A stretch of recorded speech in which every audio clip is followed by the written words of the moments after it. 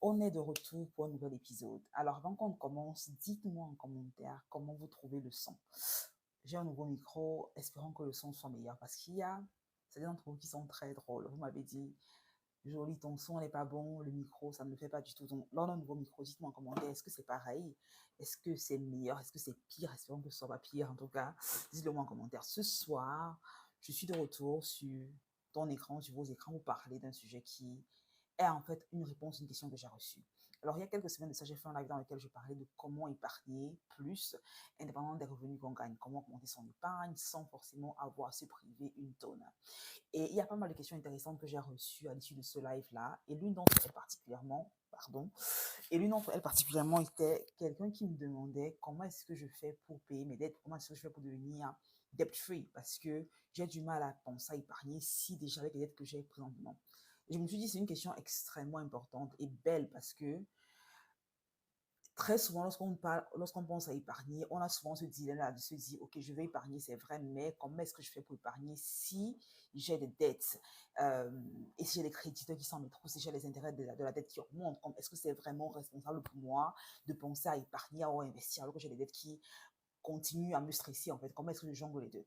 Donc, ce soir, on parle justement de comment rembourser les dettes rapidement sans forcément avoir à mettre un pied ou mettre le frein sur la capacité qu'on a épargné ou investi. Comment est-ce qu'on crée une sorte de danse entre les deux pour faire en sorte qu'on continue à épargner, à investir tout en payant ses dettes. D'accord?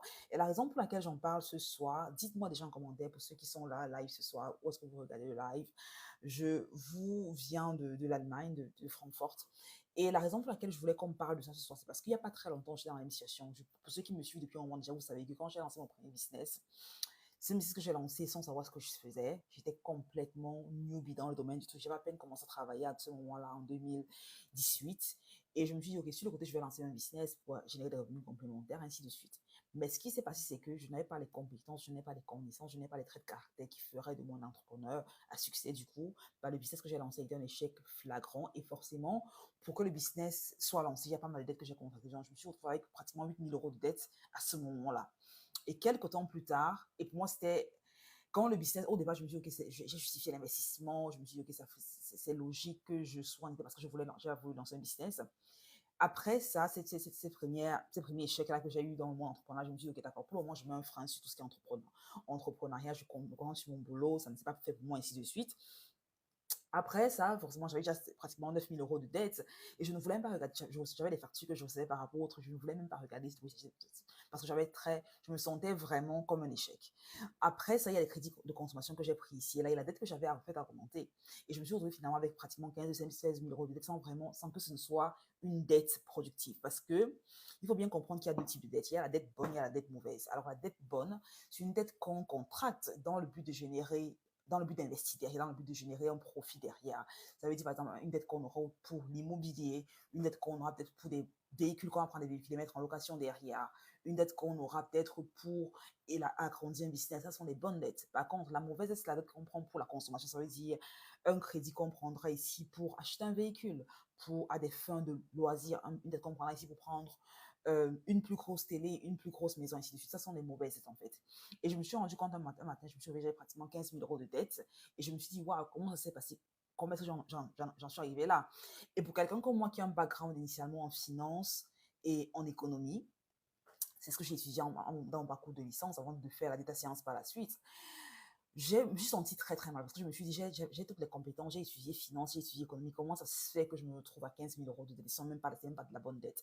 Et pendant longtemps, ça pesait, c'était comme un poids sur moi. Et il y a quelques temps de ça, j'ai pu éponger toute la dette. Je pense que l'année passée, j'ai pu éponger toute cette dette-là et je me suis rendu compte que, en fait, ce serait bien de revenir un tout petit peu. Quand cette personne m'a posé la question en commentaire, je me suis dit, ce serait bien de revenir un tout petit peu sur ce que j'ai mis en place pour pouvoir repayer la dette tout en investissant et épargnant de façon importante. Donc, j'ai fait quelques j'ai fait d'introspection et j'ai mis sur pied un plan dont je partage ce soir qui te permettra vraiment d'accélérer la capacité que tu as à éponger les dettes indépendantes, quelles qu'elles soient. D'accord? La première chose que tu vas avoir à l'esprit, c'est vraiment auditer le discours que tu as de ta personne. Parce que ce qui se passe, c'est que beaucoup de personnes, lorsqu'elles se retrouvent endettées, ont automatiquement un discours interne qui est négatif. Ça veut dire, D'accord, merci pour le feedback, Yann. Beaucoup de personnes qui se retrouvent endettées se disent automatiquement, oh d'accord, je ne suis pas assez bon avec mes finances, je ne suis pas assez bon avec mon argent, je ne serai jamais indépendant financièrement parce que je ne sais pas gérer mon argent, je n'ai pas une bonne éducation financière, je n'ai pas une bonne base financière. Et ce discours interne qu'elles ont, et vu qu'il est tellement négatif, les empêche de sortir la tête de l'eau en fait. Elles se jugent tellement négativement pour les erreurs qu'elles ont commises par le passé qu'elles ont du mal à avancer. Et ce que j'aimerais te dire, c'est de te donner, te rendre compte que la personne que tu étais, les choix que tu as fait il y a 3 ans, 4 ans, 5 ans, 10 ans, indépendamment quand tu as commencé à contacter ta dette, les choix que tu as fait à ce moment-là sont le reflet de la personne que tu étais. Les choix que tu as fait à ce moment-là sont le reflet des connaissances que tu avais, des compétences que tu avais, des informations que tu avais. Et il faut te rendre compte également que la personne que tu étais à ce moment-là est différente de la personne que tu es aujourd'hui. Car aujourd'hui, tu as des informations différentes, tu as un point de vue différent, tu as des ressources différentes également. Et, et ce n'est pas juste pour toi de te condamner pour des décisions que tu as prises il y a 4 ans, 5 ans, 6 ans de ça. Donc, donner, te dire, ok, d'accord, ça, c'est des erreurs que j'ai commises par le passé. Comment est-ce que j'en sors plus grand? Comment est-ce que j'ai suivi ces erreurs que j'ai commises pour sortir plus mûri, plus grand, pour apprendre ce que je ne dois pas faire dans le futur. C'est très important.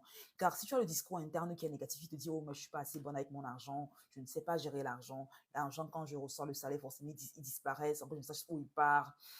J'ai toujours, à la fin du mois, j'ai toujours des problèmes d'argent. Je dois absolument m'endetter pour pouvoir subvenir à mes besoins mensuels. Si c'est le discours interne que tu as, ce qui se passe, c'est que tu constitues perpétue en fait le cycle d'endettement. Parce que tu te dis que tu es impuissant, tu te dis que tu es condamné à être toujours endetté en fait. Mais quand tu changes le discours interne que tu as dit, tu te dis, ok d'accord, ça ce sont les erreurs que j'ai commises dans le passé, mais je peux apprendre, je peux changer, je peux apprendre comment gérer mon argent. Car au final, l'éducation financière, l'intelligence financière, c'est une compétence en fait. Ce n'est pas, ah, cette personne est naturellement chanceuse ou elle est naturellement douée avec ses finances et cette personne est malchanceuse. Pas du tout. Ce sont des compétences qu'on peut apprendre. Ce sont des compétences, comme je disais encore tantôt au départ, moi, bien qu'ayant fait finance, il y avait des manquements que j'avais encore, que j'ai dû apprendre pour devenir meilleur avec mon argent.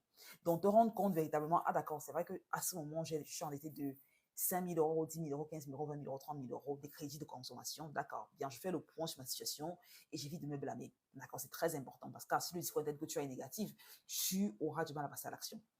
Deuxièmement, tu veux vraiment te changer la relation que tu as avec l'argent.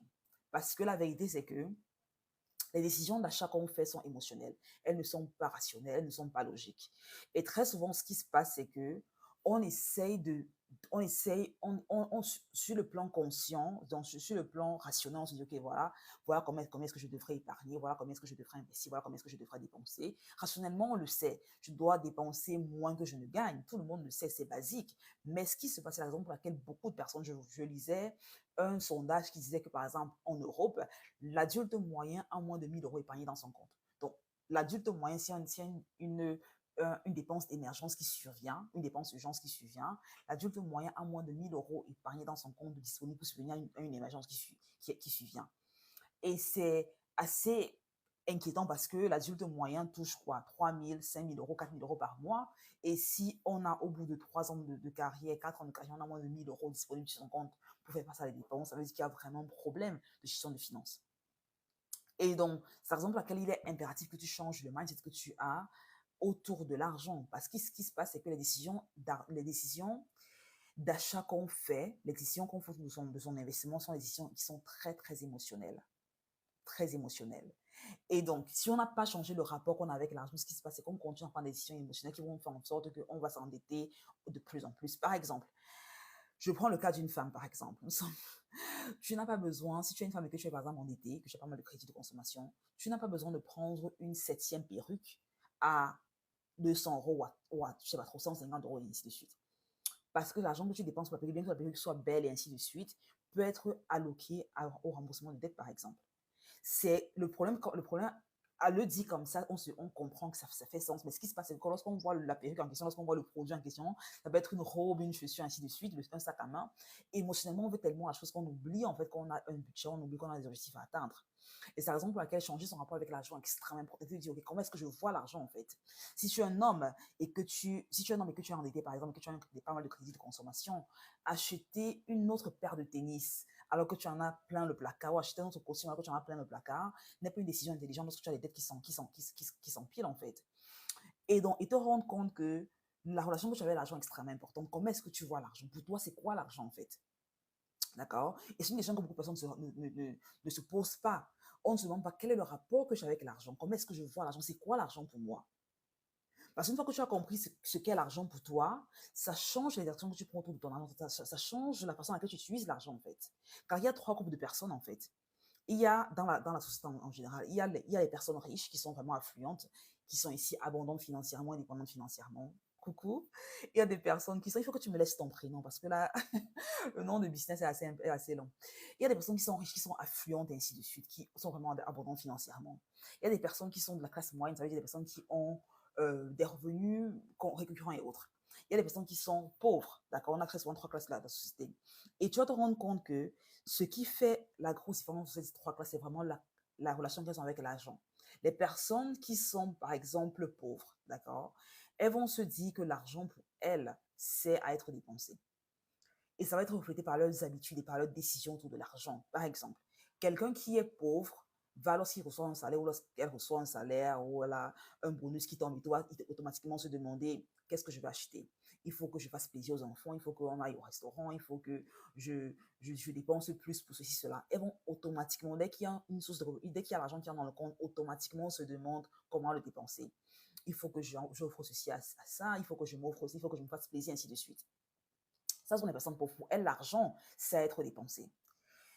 On a également des personnes qui sont de la classe moyenne. Cette personne-là, pour elle, l'argent, en fait, c'est un véhicule pour améliorer leur risque de crédit afin de pouvoir emprunter plus à la banque. Ça veut dire, elles vont toujours se demander, lorsqu'elles ont l'argent, elles vont se dire, OK, comment est-ce que je fais pour avoir une plus grande télé, pour aller dans un plus bel appartement, pour avoir une plus grosse voiture. Leur choix, leur décision autour de l'argent est axée principalement autour de comment améliorer mon risque de crédit et avoir l'air plus opulent à ceux qui me regardent.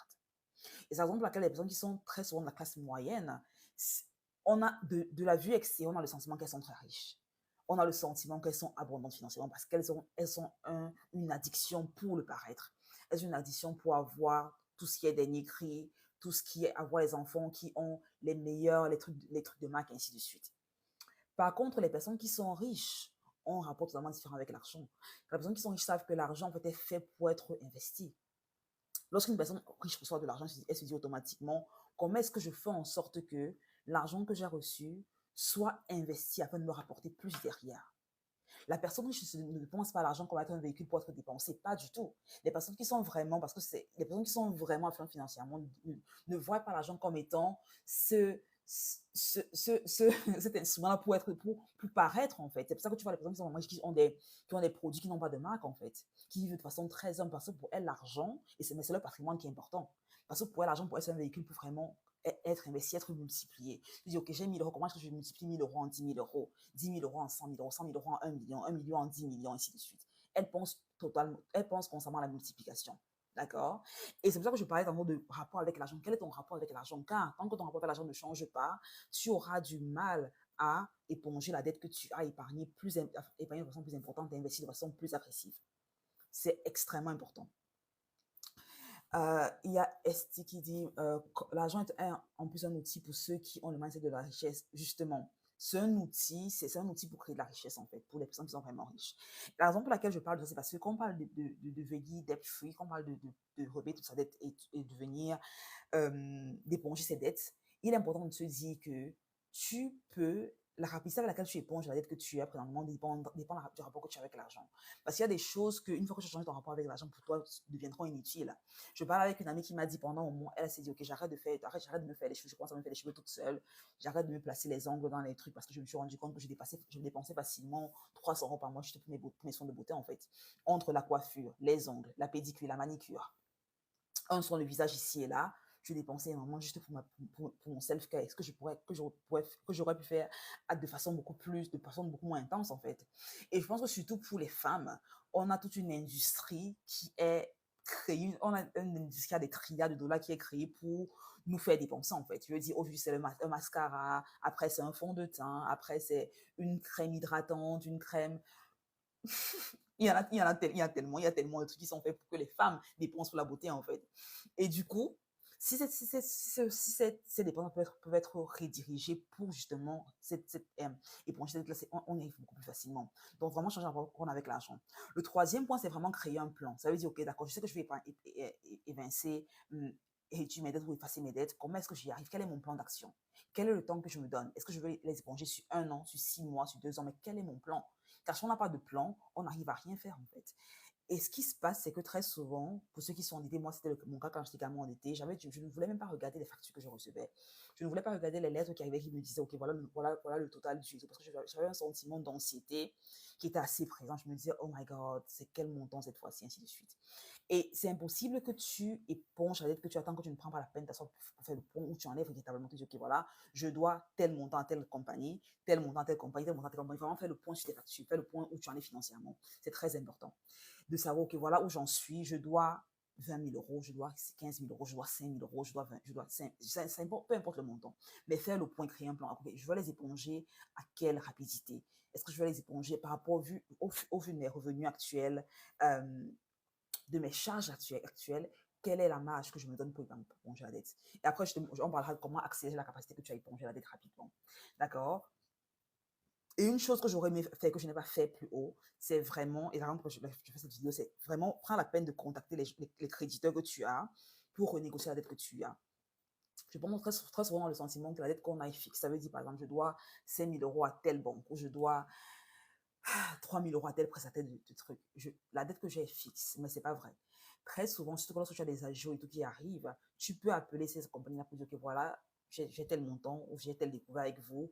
Est-ce que c'est possible de renégocier la dette? Est-ce que c'est possible de la combiner? Par exemple, est-ce que c'est possible d'avoir un rabais sur ce que j'ai ou sur les intérêts que je dois payer? C'est une façon rapide de réduire la dette que tu as, que beaucoup n'utilisent pas. Vraiment, appeler pour renégocier, c'est facile, surtout parce que ces entreprises ont un intérêt à ce que tu ne repaires la dette rapidement. Donc, plus tu pourras repayer la dette vite et plus elles seront contentes. Donc, appeler pour dire, qu'est-ce que j'aimerais renégocier ma dette? En fait, tu n'as absolument rien à perdre. Au pire des cas, ils te disent non. Au meilleur des cas, ils te disent oui. Et là, c'est un massif plus. D'accord? Et donc, à ce moment-là, lorsqu'on appelle pour renégocier la dette, le truc, c'est vraiment ici, trouver des stratégies pour augmenter son revenu. Parce que lorsqu'on a un plan, on dit que voilà le montant que je dois à ce nombre de personnes, et voici combien est-ce que je peux mettre de côté, voici les choses que je vais devoir enlever, annuler ou réduire, que ce soit des petits loisirs, des petits trucs fun qui forcément me rapprochent pas de ma vision, je vais les réduire et rediriger cet argent-là vers le paiement de ma dette. On veut ici se demander comment est-ce que je fais pour augmenter mes revenus. Parce qu'au final, je dis toujours que ton revenu peut augmenter à l'infini, mais ton épargne peut augmenter à l'infini. Ton épargne est fonction du revenu que tu gagnes. Et pareillement, la capacité que tu auras à repérer la dette sera fonction des revenus que tu gagnes. Par contre, le revenu que tu gagnes, il est limité. Tu peux, en fonction des compétences que tu décides d'acquérir, en fonction de la discipline que tu décides d'avoir, en fonction du focus que tu décides d'avoir, tu peux littéralement épargner de façon, tu peux augmenter ton revenu de façon assez importante.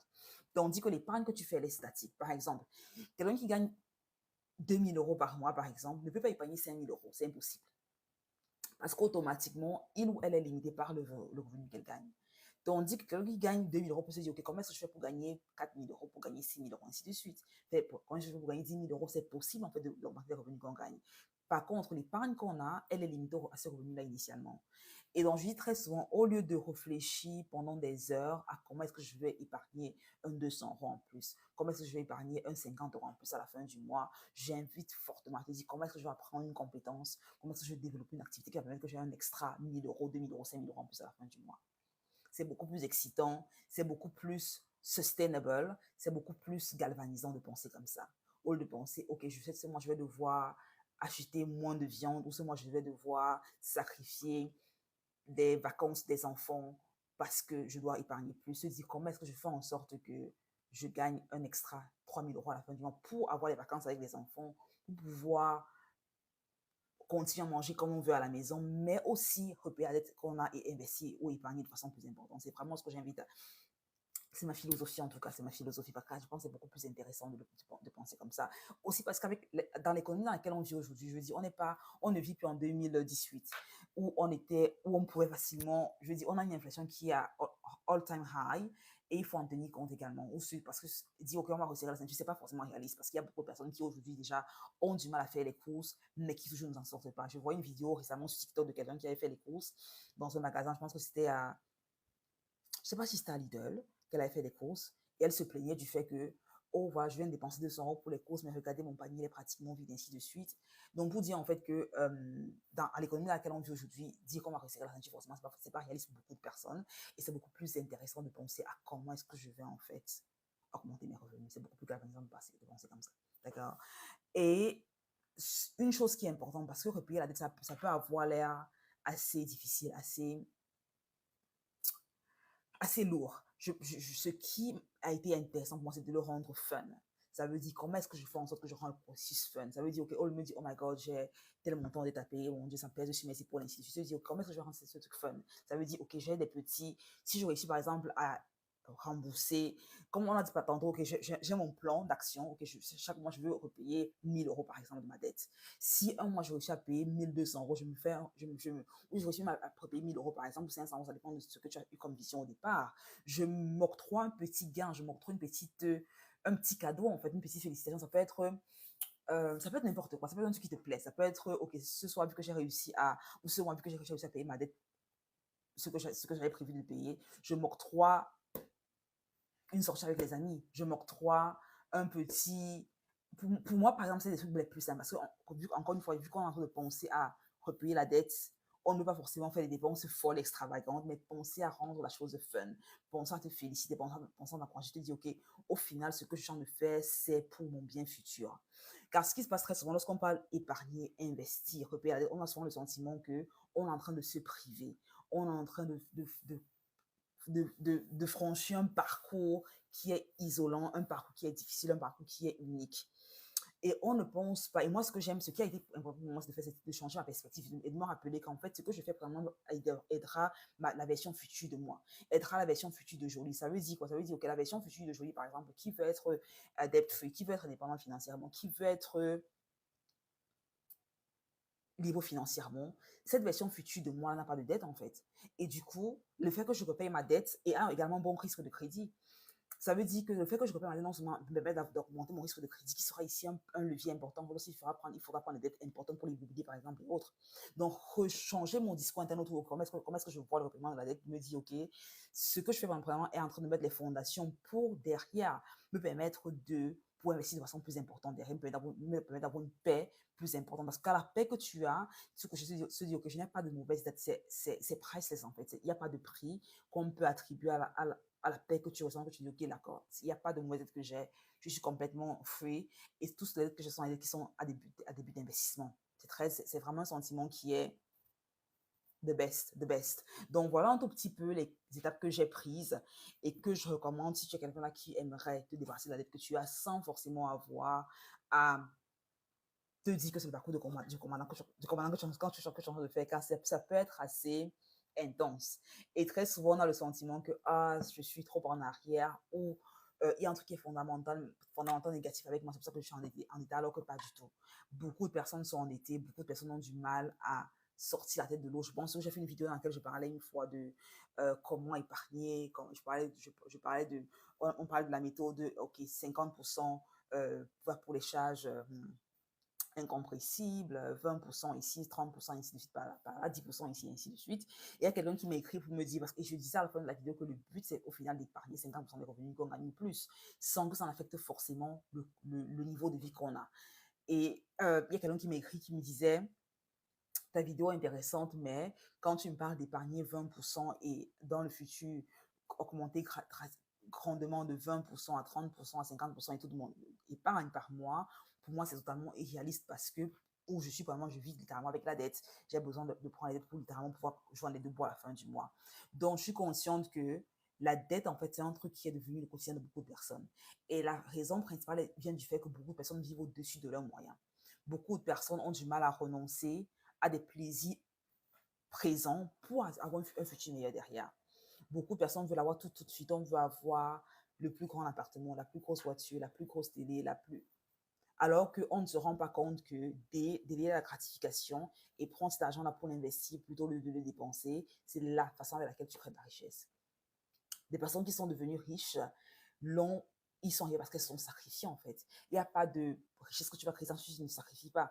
Et ce qui se passe, c'est que beaucoup de personnes aujourd'hui ont tellement envie de paraître, ont tellement envie, surtout qu'on a les réseaux sociaux, on a les statuts sur WhatsApp, on a les statuts sur Instagram, Facebook et tout. On veut tellement montrer que on est arrivé, on veut tellement montrer que notre vie est parfaite et qu'on est en train d'évoluer dans la classe sociale, dans la chaîne sociale, qu'on se retrouve en train de s'endetter pour prendre des choses qui ne servent absolument à rien. Car si tu es quelqu'un là qui aujourd'hui te dit, OK, pour pouvoir subvenir à mes besoins à la fin du mois, je dois prendre la dette, ça veut dire en fait que tu as du mal à vivre avec ce que tu gagnes comme revenu. Ça veut dire que tu as du mal en fait à littéralement prioriser les dépenses que tu as. Ça veut dire que tu dépenses beaucoup ton revenu dans des choses qui ne sont pas forcément. Je dis, ton revenu n'est pas, tes dépenses ne sont pas en accord avec ton revenu. Si tes dépenses ne sont pas en accord avec ton revenu, ce qui se passe, c'est que tu seras toujours endetté en fait. Et c'est véritablement un cercle vicieux. Et donc, je t'invite fortement à te dire, à t'arrêter de se rendre, te dire, OK, quelle est ma vision pour le futur? Qu'est-ce que je veux vraiment créer? Où est-ce que je veux être dans 10 ans, dans 20 ans, dans 30 ans? Et est-ce que si je continue à le rythme que j'ai présentement, où je suis tout le temps en train de devoir avoir des découvertes, pour pouvoir payer les factures à la fin du mois, pour pouvoir prendre soin de ma famille, et si je suis tout le temps en découvert pour pouvoir subvenir mes charges mensuelles, est-ce que c'est vraiment possible pour moi, si je continue, rien ne change, est-ce que c'est possible pour moi dans les 5, 10, 20 prochaines années de devenir vraiment riche financièrement, indépendant financièrement? Ce sera très compliqué. Et donc, ça vaut la peine de s'arrêter, de se dire, OK, comment est-ce que je fais en sorte d'augmenter mes revenus, également de me discipliner financièrement et de me rendre compte que je dois changer mon rapport avec l'argent. Je dois commencer à voir l'argent comme étant un outil qui est censé être multiplié, qui est fait pour être décuplé, pas forcément un outil qui est fait pour être dépensé. Car l'argent, au final, c'est juste un outil en fait. L'argent, c'est un outil et ce que tu en fais détermine l'impact qu'il a dans ta vie. Il y en a qui l'utilisent à bon escient, il y en a qui l'utilisent à mauvais escient et au final, on a des vies qui sont le reflet des décisions qu'on a prises. Et la vie que tu as aujourd'hui est le reflet des décisions que tu as prises par le passé. Ce qui est assez beau, mais qui est aussi assez. Je pense qu'au départ, c'est une réalisation qui me faisait assez peur de me dire, OK, la vie que j'ai est le reflet des décisions que j'ai prises. Après, je me suis rendu compte que ça veut dire en fait que si je veux une vie différente, je dois prendre des actions différentes. Si je veux une vie différente, je dois penser différemment, je dois agir différemment en fait.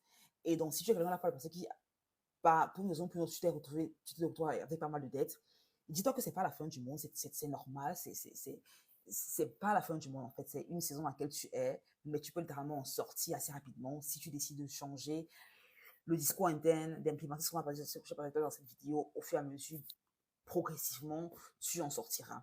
S'il y a des questions en commentaire, s'il y a des questions, laissez-les-moi en commentaire. Le replay de cette session sera sur la chaîne YouTube dans les heures qui suivent. Donc, vous pouvez laisser les questions là. Vous pouvez également m'écrire en DM s'il y a des questions particulières que vous voulez aborder, des sujets peut-être que je n'ai pas abordé sur ce point. J'ai malheureusement ou heureusement un impératif. Donc, je vais devoir vous laisser. On se retrouve au prochain live. Merci à ceux qui ont été présents et à très bientôt. Bye bye.